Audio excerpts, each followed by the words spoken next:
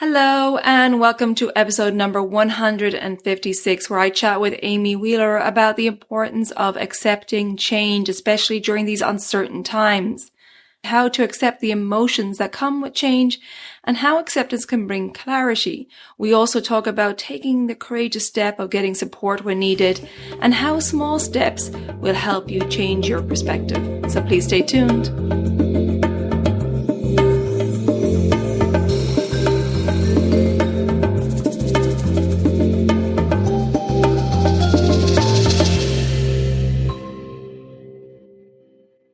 Hello and welcome to the Elements of Ayurveda podcast. I'm your host Colette, and I hope to educate and empower you to take charge of your health and well-being, preventing disease in the body and mind so that you can thrive in life. I will be sharing the holistic teachings of Ayurveda, the ancient healing tradition from India. I will also discuss topics like yoga, which is the sister science of Ayurveda, health and wellness, nutrition, fitness, and mindfulness practices, as well as interviewing lots of inspiring people along the way. My humble wish is to help you to connect to your true nature, to Mother Nature, and to help you to connect to each other. If you're new to Ayurveda, I recommend that you start by listening to the first couple of episodes where I do an introduction to Ayurveda and the mind-body types. Now, if you like the content, please subscribe to the show so the new episodes will automatically download for you to enjoy. I've also set up a Facebook group for us to connect and to support each other, and I'd love for you to join me over at the Elements of Ayurveda podcast group. And now, here's the show. Hello and welcome back to the Elements of Ayurveda podcast. I am very happy to welcome back our regular guest, Amy Wheeler. Amy, how are you today? I feel fantastic, Colette. Thank you for having me again. Good. Well, it's great to have you. And I was really thinking about this topic this week, which is accepting change, because if one thing in our world we can be sure of that's always happening, it's change. And for a lot of us, it's a hard thing, and especially now with everything that's going on in the world. There's dramatic changes taking place this year in 2020. And so I think, talking about realizing that change is a constant in our world and accepting it, and how to go about doing that, and when to accept change and when to know that, maybe you need to change. I think this is a very important discussion, and it's something that came up for me recently, in fact, this week, because in Ireland, we went into another partial lockdown because of the COVID, and the numbers were going up, and they were worried about our health facilities becoming overwhelmed. So the kids are still in school, but now we have 5-kilometer radius we can go within. Non-essential shops are closed. So this is like going back into a second wave. And, we're in cooler weather now, autumn weather. And I feel as other countries go into their cooler weather of autumn and winter, that there may be some resurgence, especially during flu season, which is what the experts are saying. So there may be more change coming, which is why I wanted to have this topic today. And I'd love to hear your thoughts on what came up for you when I suggested this topic, Amy. Well, here in the United States, I live in California, and we're also being told that November through January of 2020 into 2021 is going to be the worst time for COVID, that we're going to see more people getting sick and more people dying, and the numbers are just staggering. Mm-hmm. And so I told my husband last night on a walk, like, wow, this is the new normal. This is not, hey, when are we going to get back to how it was? Let's bring the past back. This is the new normal, and we have to accept it and move forward into it. And by the time we get through this, so many things will have changed, because people will have modified their lives. Technology will have moved forward. People will have understood that people can work from home and they don't have to all take the trains into the cities. I mean, so many things will have shifted that it will never go back to how it was. And that's exciting. And it's also a little bit of grieving to know that the world as we know it, the lives we knew, are never going to be like that again. It's going to be like thinking back to the, Leave It to Beaver in the 1950s that people long for, or, some people love Reagan and the years of Reagan. Like, this is going to be one of those times before COVID. Right. Absolutely. It is going to be one of those, pointers in history that we'll always refer back to. And the thing is, with this situation, with COVID, we're discussing now, of course, there's lots of other change we have to accept in our lives, and we can talk about that a little bit later. But right now, COVID is on everyone's mind. And with this situation, we don't know what the future holds, which makes it even a little bit more worrying, because we don't know what the new normal will be. We're not sure what the future is going to look like. And so that uncertainty can really be worrying and can cause a lot of anxiety.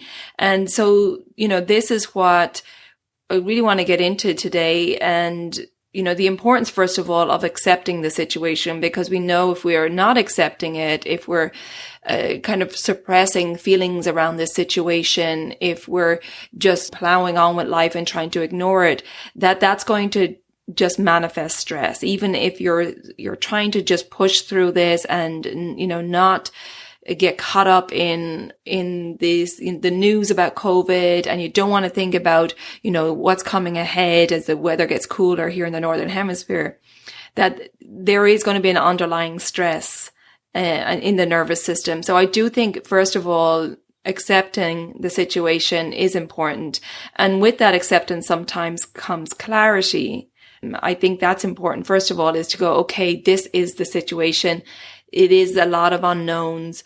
And what do I need to do in this situation in order to make sure that I maintain my health physically and mentally, and I don't succumb to stress or overthinking or overanalyzing or the fear of losing control?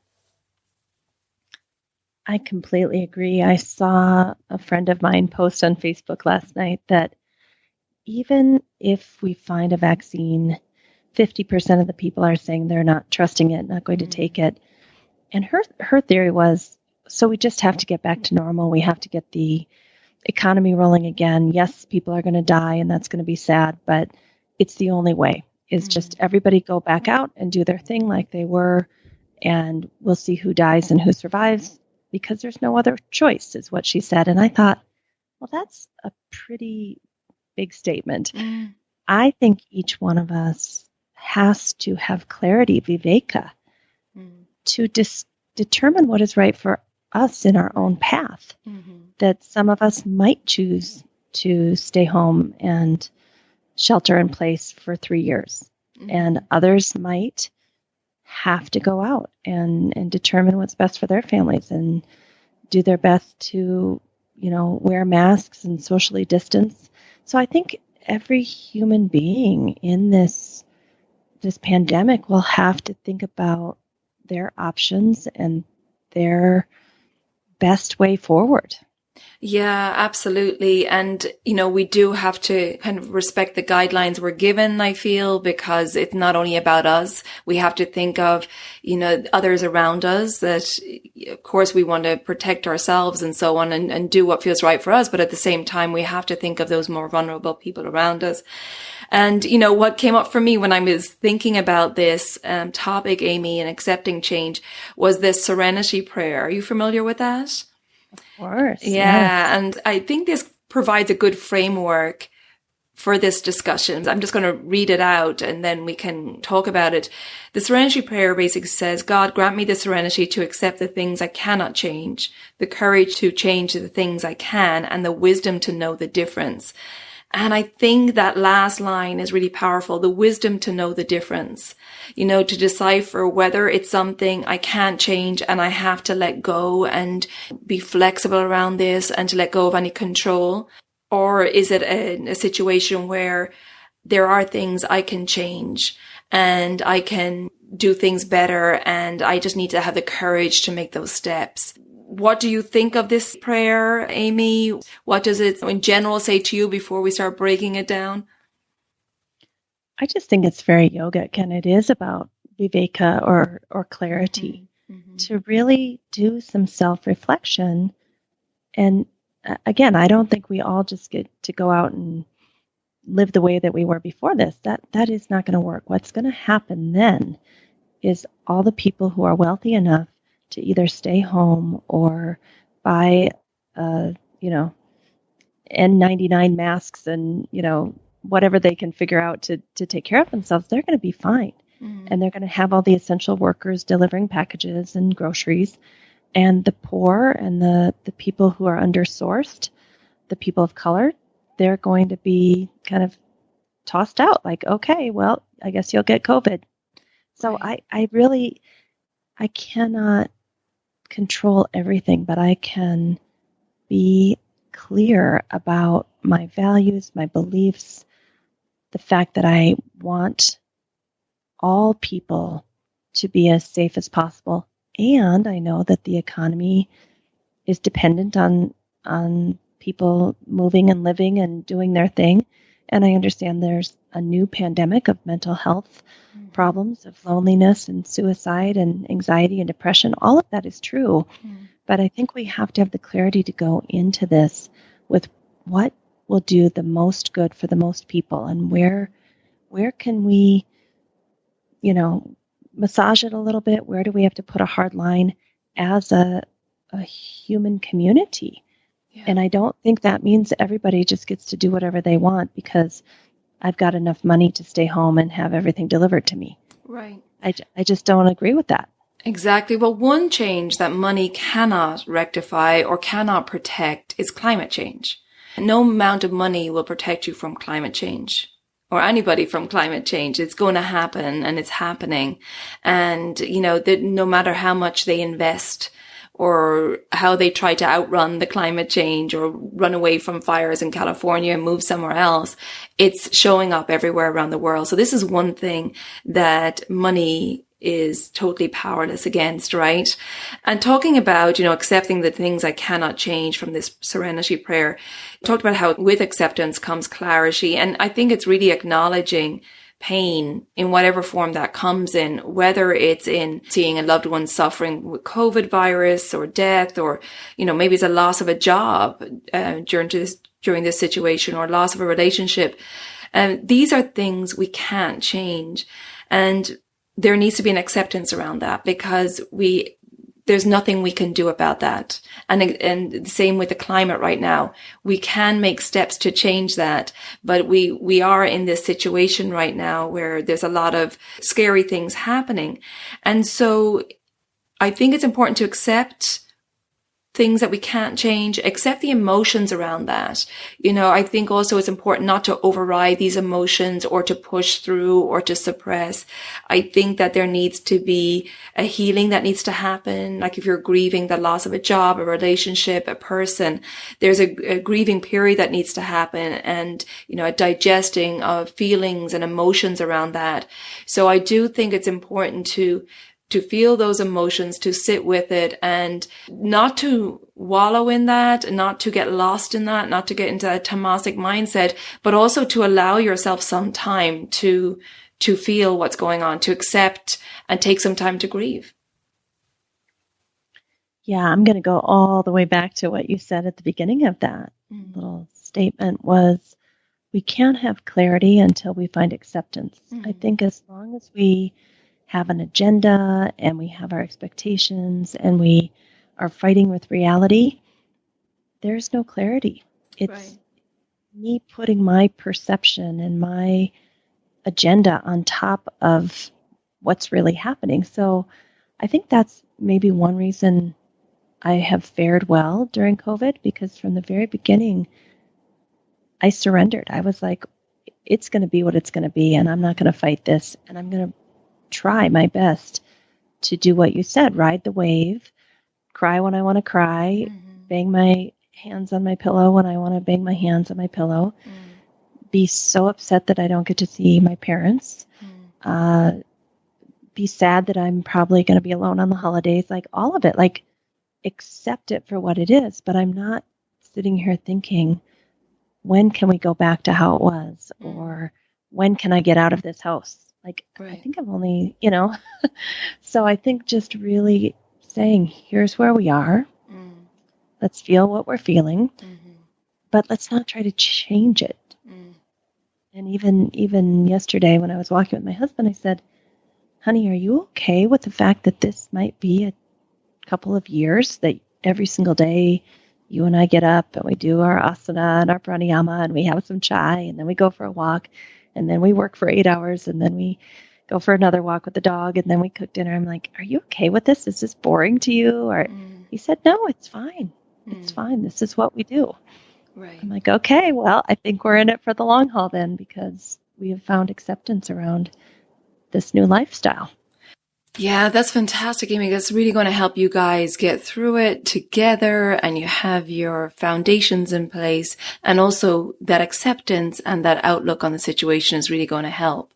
My situation is a little different, and I found it when we're going into this second home confinement. There was a lot of concerns that came up for me because I am helping to take care of my mother who has dementia, and I'm living in the home with my parents, and I can see how they've been in cocooning since March. We go out and get the groceries and do all the stuff. You know, we live in the countryside, so they have freedom to go walking around here, which is great. But I can see the lack of external stimulation from my mom has really caused a decline. And that was really bothered me this week. And so at the thought of going into another home confinement we're in for 6 weeks, it was really concerning because I can see that right now it's just myself and my father who are in the home with her. So she's not getting that stimulation from other people. So I was trying to brainstorm on, well, what can I do in this situation? First of all, I was really concerned, and I was in that place of being just upset about it and going, oh my goodness, like, you know, what is this going to do? And I get really upset when I look at her sometimes, and concerned because I could see she's just staring off into space sometimes if there's nobody in a room with her, and she's not getting that stimulation that she needs. So after, you know, a day or so of just like, like just being, I just couldn't think straight. I was literally in the emotion of it. And then it was like, okay, brainstorming, what can I do? Well, I, you know, could have her friends call her, you know, in the afternoon, because she tends to kind of start getting restless in the afternoon, that Vata time at 2 to 6 p.m. I can see she gets restless. So I was, you know, my sister and I were setting up phone calls with her friends and like asking them, could you call her at this time? And, you know, then it was like, okay, I could get scrapbooks, and she likes to cut out things out of the paper from my nephew who's really into history, and my sister who works in mental health, and we could get scrapbooks. And I was downloading podcasts of, she loves history and old Irish history. So, you know, I'm trying to like get all these things that can stimulate her. And I'm saying this because I know for many people, there will be different situations, whether it's children you're working with, and if you're thinking, how am I going to entertain them? Like, it's okay to be in that emotion, feel it, take some time just to kind of grieve whatever you need to grieve. And then, like I said earlier, not to wallow in it too much, but then to go, okay, what are my action steps? What are small steps that I can take to make this situation a little bit better, to try to bring in some stimulation for my mother? And also, I've been really kind of going, okay, I cannot get any, you know, any break for myself during these 6 weeks. Like usually, you know, I'd go out on a Sunday into nature, and we can only go 5 kilometers now. So it's like, okay, what do I need to do to keep myself balanced during this time as well? And then it was like, okay, my dinacharya, my non-negotiables in the morning, my yoga, my meditation, you know, my workouts, beach time. Thankfully, the beach is within 5 kilometers of home. So, you know, what are my non-negotiables that I need to get in place, the good food, in order to keep me balanced during this time? Sorry, that was a big, long, wrong rant. But this is just some things that are coming up this week. Yeah. Yeah, I was talking to our neighbors. We were on a neighborhood walk. She's up on her deck and we're down on the street. And she said, my daughter is getting so depressed not seeing her friends. So they started planning every Saturday night that they have a Zoom sleepover where 3 or 4 young women get on Zoom around 7 p.m. and they can stay up and play and watch movies together. And she dropped snack packs off at all the other girls' houses. And she said that they stayed up till 2 a.m. And then the next day they were all so much happier because they had just, I mean, it sounds strange to have a Zoom sleepover, but they were finding ways to get some social interaction and some stimulation, as you say, and just getting really creative about it. And I think each one of us has to have that discrimination to do that, to figure out, okay, is my mental health declining in terms of anxiety or depression? What do I need to do to help me get through this? And then, just as you said, get a very structured plan, I think, that, this is what we do at 7 o'clock in the morning. This is what we do on Sunday afternoons. This is what we do, before we go to bed, and try to make it so that one day doesn't just go into the next without even realizing what day of the week it is, kind of thing. Yeah, exactly. And I think something to be really aware of, and a real indicator, is your breath. This week, as the news was coming in and we could see that the confinement was coming, I could feel my moments where my breath was affected. And that's something we talk about again and again. It's really important to work with the breath. I would recommend, people spending time daily doing some pranayama. I have a free pranayama tutorial, which I'll put as a link in the show notes if you're not familiar with types of pranayama. Working with the breath daily, notice those subtle signals of stress or anxiety rising in your body, and noticing if you're holding your breath, if you're not breathing deeply, like paying attention to all these little signs. And we always talk about on the podcast how the breath is the fastest, easiest, cheapest way of you to calm yourself. And also, I think having a little mantra, whether a mantra, something like the Serenity Prayer, or some little one-liner that resonates with you that you can say to yourself in those times when you're feeling a little wobbly and you're not sure and you're feeling a little worried or concerned, having something that you can repeat to yourself to remind yourself that it's okay, that you have the foundations in place to help you through this, whatever it is that helps you in that moment when you're having those thoughts. Because particularly in this situation when there's so much going on right now, I think we're all experiencing those thoughts sometimes, and particularly if we're listening to the news a lot, which I don't recommend, but you definitely want to stay in touch. But we're listening to the news a lot, those thoughts can come up because the news tends to be very dramatic. And then this can really create a level of anxiousness or stress. So in those moments, taking to the breath, slowing the breath down, focusing on the breath, maybe, like I said, having a little mantra you say to yourself, and breathing through that uncertainty in that moment. Yeah, I have since probably, I don't know when it was, maybe late August, I've been doing a 45-minute pranayama practice every morning that includes mantra also. And what I've really noticed, and this is the beauty of doing the same thing every day and really watching your system, I've noticed that it's really easy for me to take a big inhalation and a hold at the top of the inhalation, but getting my exhalation to be really long and smooth. And I can barely hold at the bottom of the exhalation, which is unusual for me, right? And so that practice has shown me that my system does not want to exhale. It doesn't want to let go and surrender. It's not comfortable sitting in that stillness and emptiness at the bottom of the exhale where nothing's happening, right? It sounds strange, but doing pranayama ratios and observing your system and how it reacts to the ratios is really an indicator of what's happening in my nervous system and my mind.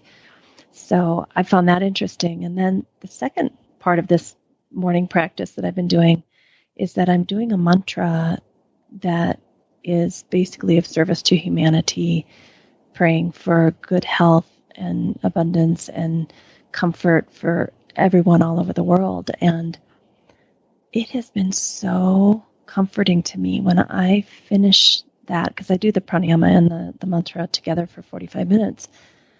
I feel so good, even though my whole practice is dedicated to others.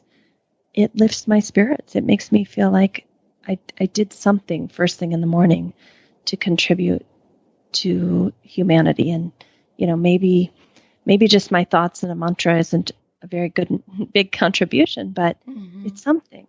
And that idea that I will be of service, think of others, not just myself, has been a very powerful mental health stimulant for me. Yeah, that makes absolute sense, Amy, because you're taking yourself a little bit out of any victim mentality, right? That you're thinking of others. So you're taking it more off yourself and then putting that energy out for the betterment of others. Exactly. And really trusting that the subtle is more powerful than the gross. In the Upanishads, in Yoga Sutra, in Ayurveda, in Samkhya philosophy, we know that the subtle is the most powerful. And I think COVID is proof of that. It's something we can't see, we can't smell, we can't touch, we can't feel. And it has permeated and changed the world. Right. But the subtle mantras, the subtle intentions, the subtle thoughts, the subtle visualizations that all of us can offer are also very powerful. Yeah, so true. And I do think, I'm always feel like I want to have a positive outset. And I know the start of this conversation is quite heavy, but I do think that there is a subtle seed, there's a subtle energy and opportunity in everything negative. I do think that there is an opportunity. There is possibilities even in the most dire of situations sometimes. And I do think it's important, again, starting with the acceptance, feeling the emotion, but then looking for that opportunity and looking for what are the positives in this situation that's really not great. So in my example here, I was looking at, okay, 6 more weeks, I don't get to see any of my friends or whatever. And, it's going to be kind of challenging, but what are the positives? So the positives are I have more time to study, and the positives are that I can really make sure my dinacharya and my mindfulness practices are on point, because I'll need them now, to really help me through this time.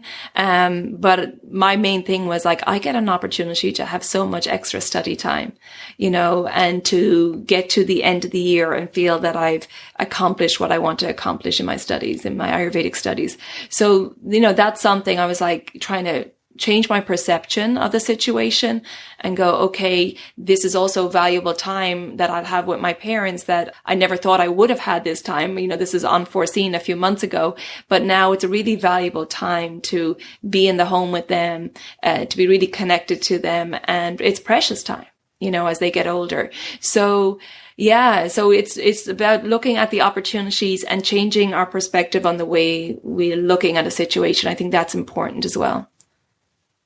I completely agree. I have for 6 months signed up for on Tuesdays Ashtanga Hridayam course, on Wednesdays Samkhya Karika, and on Saturdays Bhagavad Gita. My goodness. And they're all 6 months, like they'll end probably in February. And that's going to get me through the winter. That's that spiritual nourishment. Another positive thing that I can see is going to happen this winter, and I'm already planning and starting in it, is I'm going to go through every object that I own and determine if I need to keep it in this house or if it needs to go elsewhere. Great. And really clear out my surroundings, create space.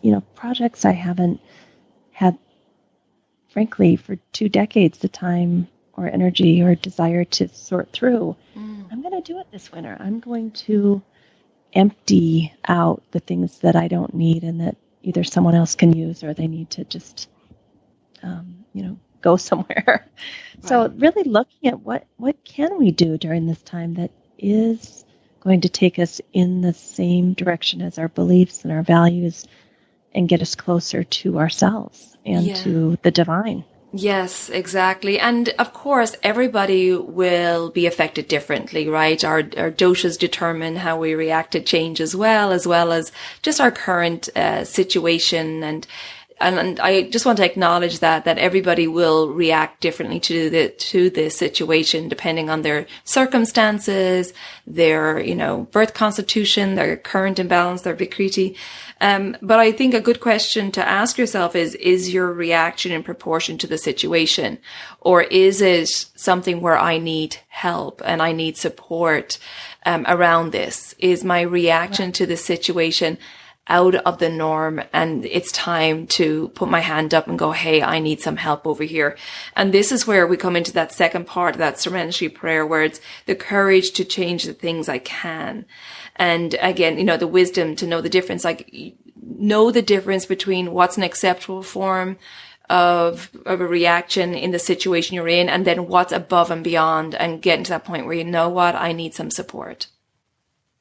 100%. I mean, I think me joining these 3 Indian philosophy classes is me saying, I don't want to just be in my own head all winter. Right. I want to get inspiration from people I admire that can help fill my mind with something different than what's in there right now. Mm-hmm.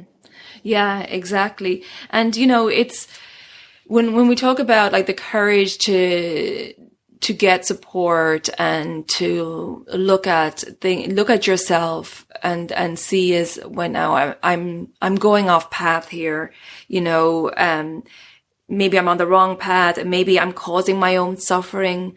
And maybe, there might be a victim mode going on. That where can we look at this situation differently, or make the small steps of change, or reach out and say, I can't do this myself. I feel like I'm in the mud right now and I need to put support structures in place, whether that's putting your dinacharya in your daily self-care practices, or your mindfulness practices, or doing some online yoga, or reaching out to a friend, or getting professional help. Where can you take the courage to go, I need to take this step?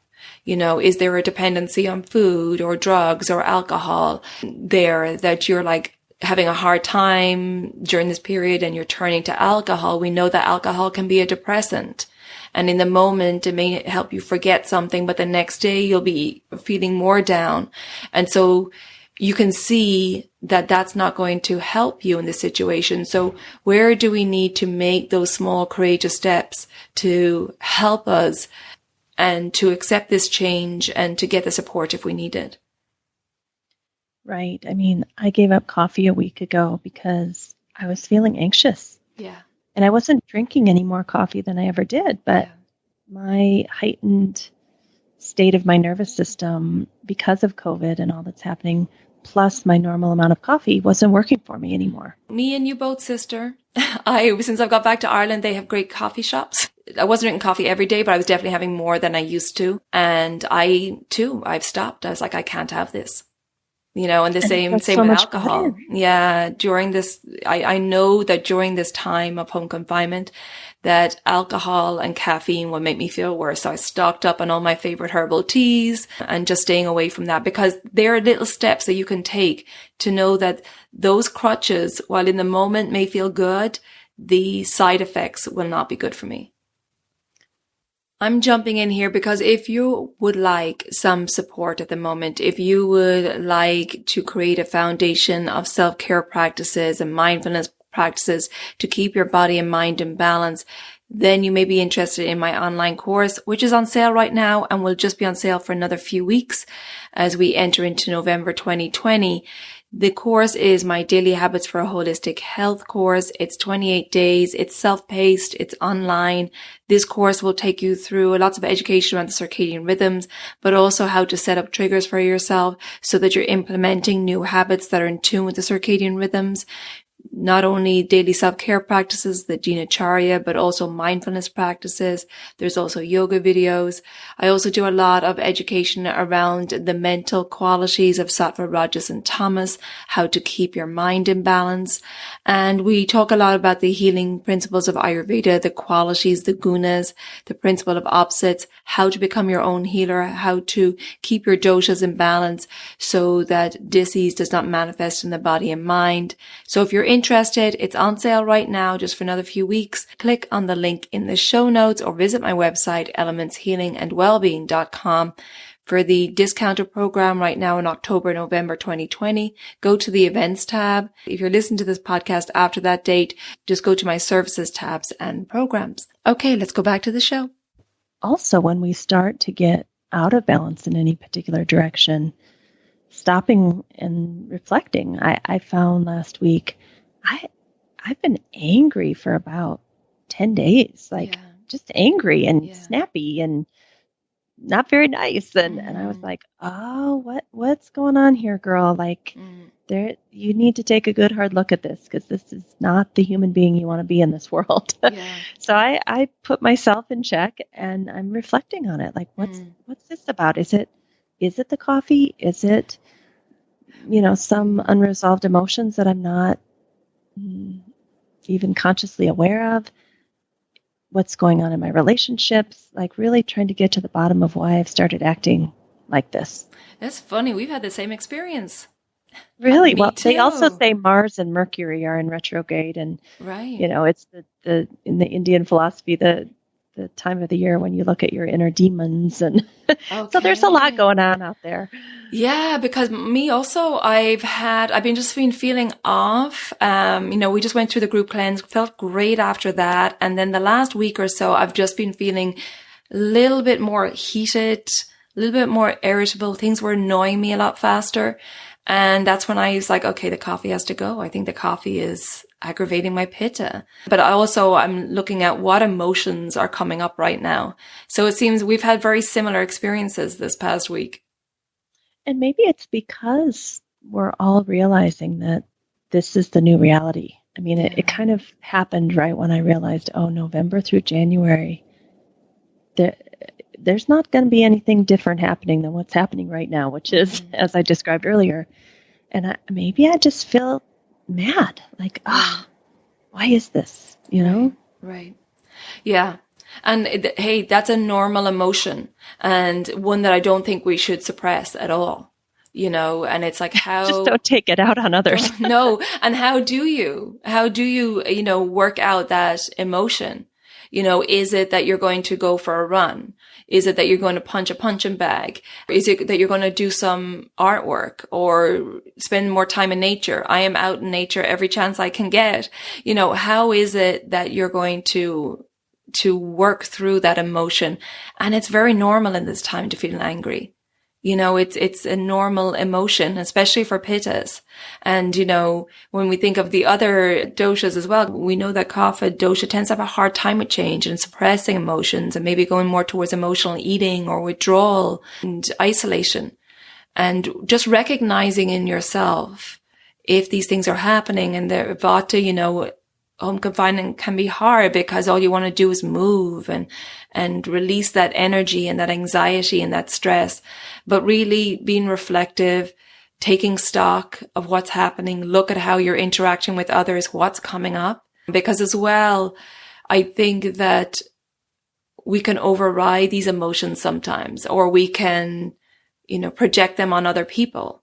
Or we can suppress with drugs, alcohol, food, whatever. I think we really need to be conscious at this stage with so much going on that we really need to reflect on and look and see, where can I really treat myself well, having self-compassion, but also calling myself out when I'm not acting right and I need to deal with my emotional stuff. I need to look at what I'm eating, what I'm drinking, where's my mindfulness practices, what's my daily self-care routines, and so on.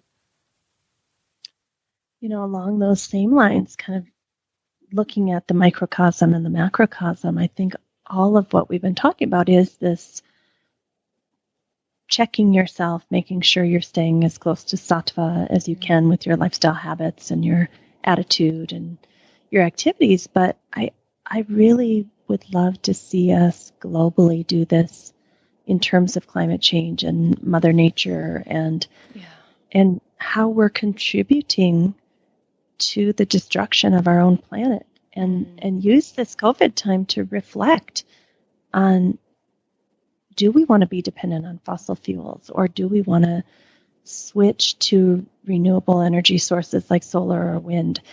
And this is the perfect time to do it, right? That Right. everything isn't, I don't know about you, but I'm not driving my car. I think I've gotten in my car 3 times in 7 months. And so this is a time with technology and with energy that we could make a huge leap for humanity if we collectively decided to take that leap.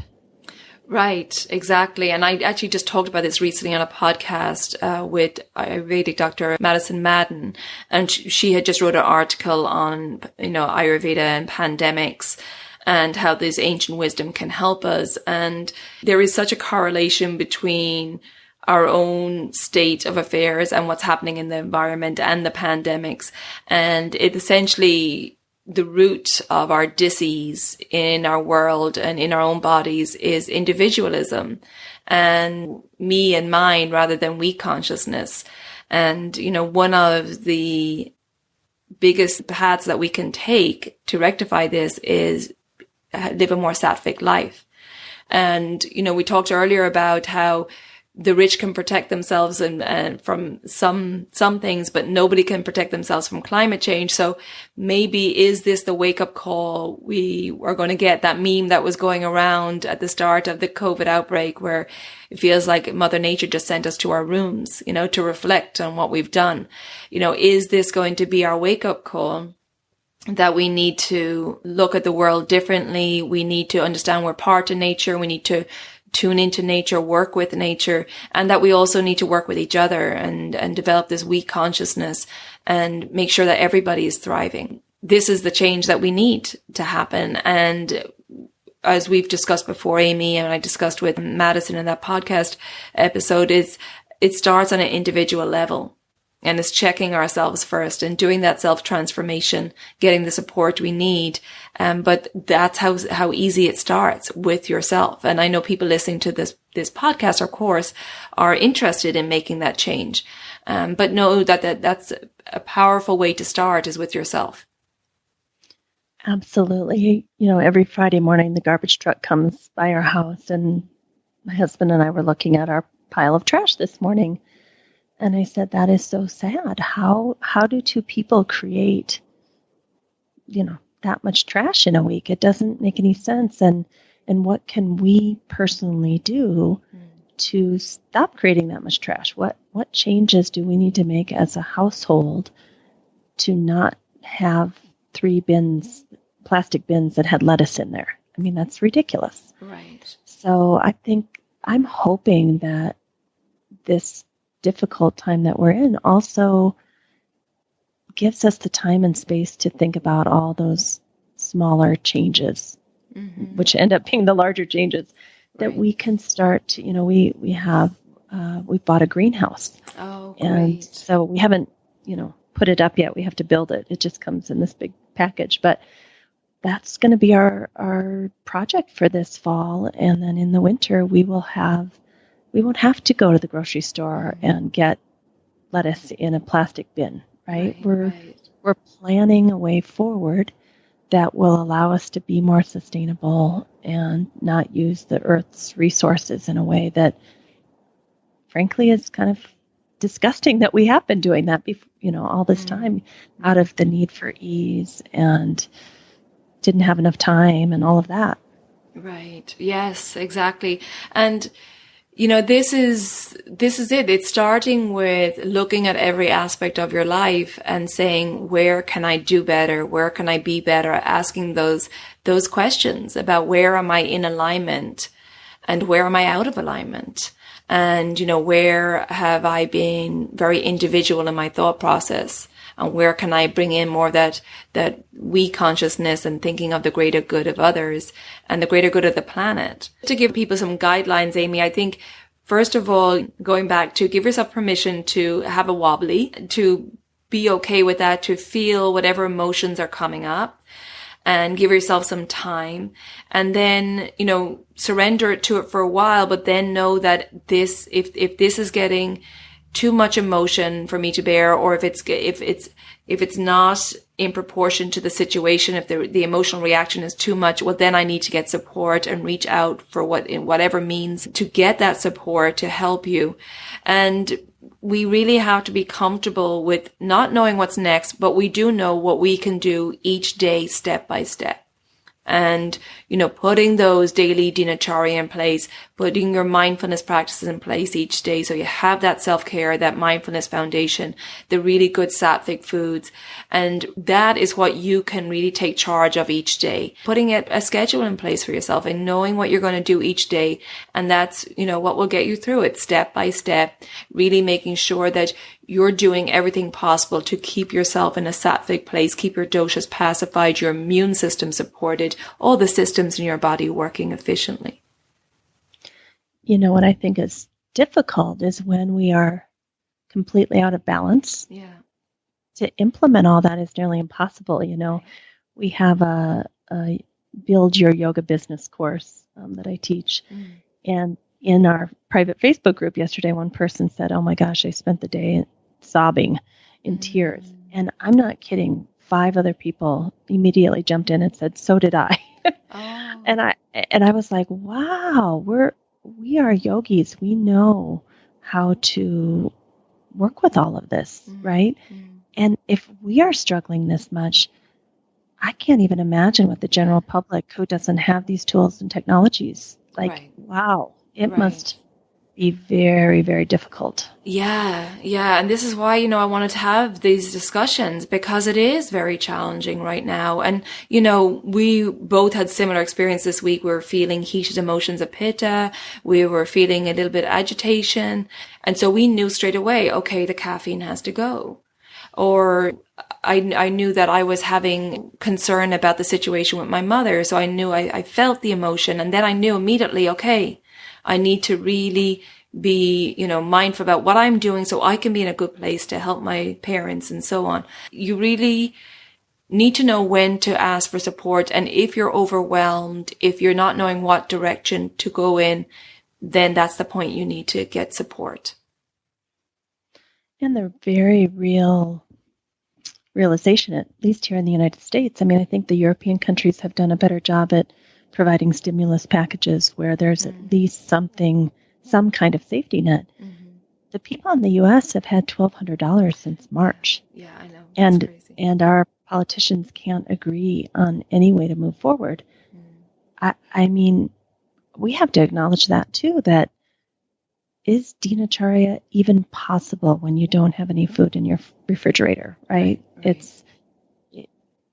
I don't know, Colette. I think, having yoga and pranayama and meditation and all of this is great, but I think also acknowledging that for some, that's not going to help either. Right. I hear what you're saying. Definitely. I think in that situation, definitely need to reach out and get support and, get support where you need to and not to be afraid to ask for help. Yeah. In that situation, whether it's money or for food or help with your children or whatever that is, because obviously there's not enough support going on right now from the government. But yeah, I think in that situation, the first thing you need to do where it's a dire situation, the first thing you need to do is say, hey, raise my hand. I need help. Right. And then once you're not in that mode of being scared of what to do next, then try settle things down a little, even with just some breath work. But the first thing is raise your hand and get some help. And I do believe people are more than happy to help, but it's also our responsibility to let them know we're struggling. Right. I was very surprised to see in the text of Ashtanga Hridayam that, they have these qualities of the client or the patient, how the patient needs to show up in order for it to work.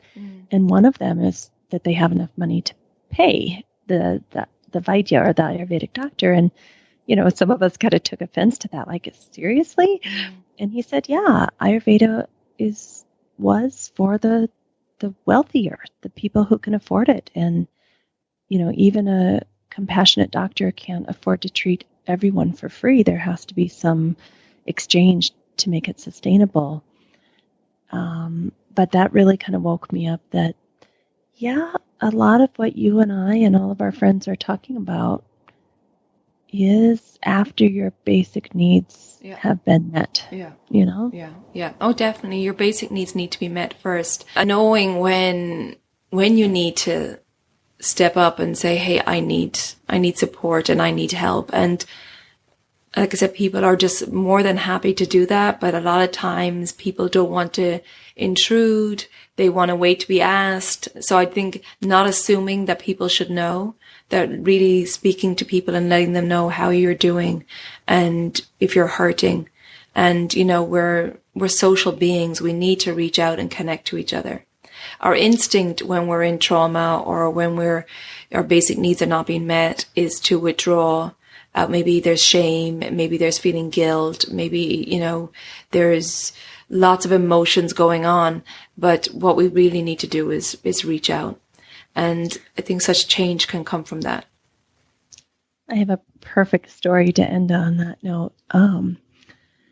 I saw on a Facebook page that someone had hurt their back and was really suffering and pretty much unable to walk. And I thought, well, this is a way that I can help it. I have the knowledge. It doesn't take that much time. Even if I met 3 or 4 sessions, that'd be 4 hours of my day. It's, over several weeks. So I called him up and I said, hey, I'd like to be your yoga therapist and help you out here. And we met. And over the course of, 2 months, his back is much, much better now.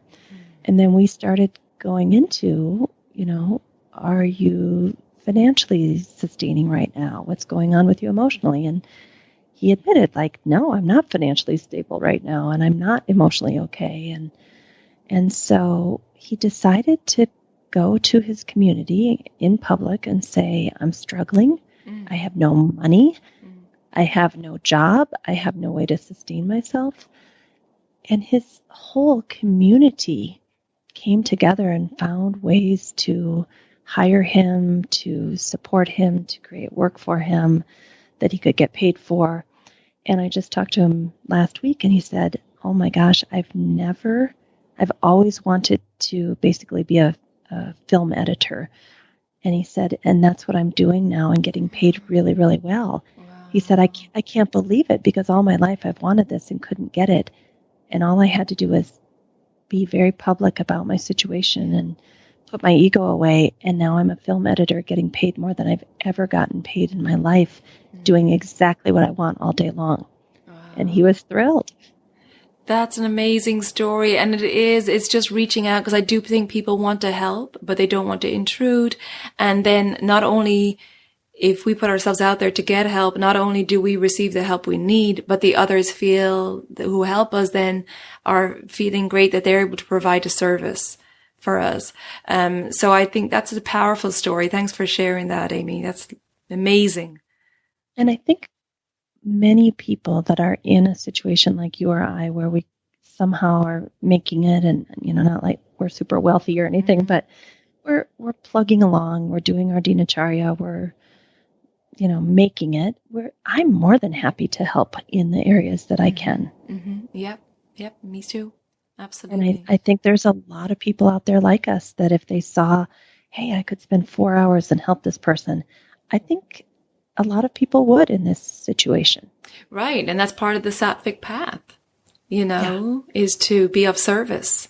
And when we're of service, what better feeling is there? Take us out of our own worries for a moment and to put that energy into helping somebody else. I think that's an amazing thing to do.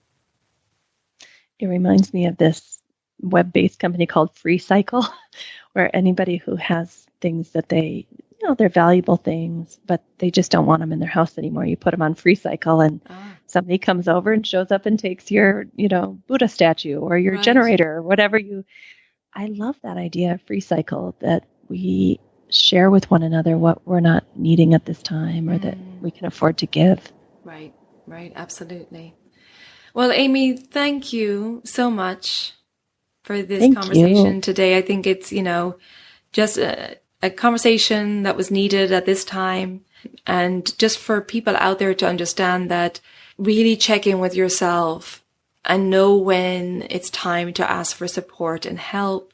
Just know that there's so many people who will be happy to support you. So please don't suffer in silence. Reach out for that support and take care of yourself first as a priority, and then you'll be in a better place to take care of others as well. Thank you, Colette. That's a beautiful note to end on.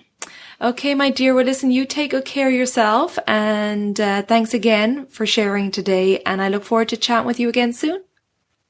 Thank you. All right, my dear. Bye for now. I hope you enjoyed that conversation with Amy. Please check out the show notes for that free pranayama tutorial video I was talking about. Also, I have the Daily Habits for Holistic Health online course that's discounted right now. That link is there. The link to Amy's website is there also. And there's also a free 15-minute call if you want to chat about how to get support with my online services. You can book a free 15-minute online call there. And if you think that this episode will be helpful to family or friends, I'd ask you to please share it with them so we can get this information out there. And also subscribe to the podcast if you haven't already done so. And then the new episodes will automatically download for you. And also, if you want to support the podcast, you can do so over on the Elements Patreon page. Thanks so much for tuning in. Please take good care of yourself right now. Put your self-care as priority so you can be in a good place to help others. And I look forward to connecting with you soon. Svång och få. Bye for now.